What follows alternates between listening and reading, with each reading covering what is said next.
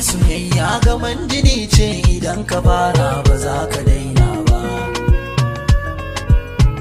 Dani na shige ta na san zagin ta ɗacin ta bayyamin kyau ba.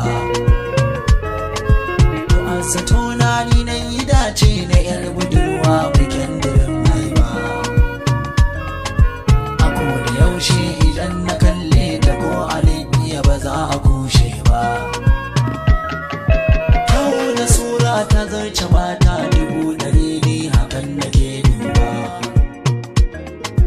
A shekara tun ta ban fahimta ba, a zuciya na baki ne kin ce kina so na tintini. Komai na yi maki ba ta gani, hakan ya sa kin cutar da ni. Ranar da na ganki kin kashe daɗi ne kaɗai a cikin zuciya. Na baki yarda kin bani kauna, na baki kan mun sarauniya. Ina ta shela ina ta gaba bana yi dacen mai kwalliya. Kin ce da ni babu kowa gunki, ashe amana ta zaki ci. To ashe ke yar fowanan ce, yanzu na gane kafshirinki. Kin jefa cuta a zuciyata, na gane soyayya asilarki. Na kori mai so saboda Allah, rayuwata a sannadinki. Yanzu na sanja rayuwata ne miki nisa ba za ni koma ba.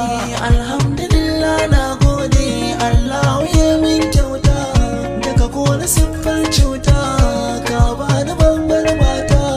Mai kyan hali mai tarbiya, ilimi akwai cancanta. Furcin ta kawun lafazi ne, to bare ta yi mun wauta.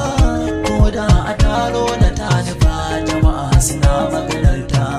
Zuciyarki ta zama na tawa, kai na wake na yi mallakawa.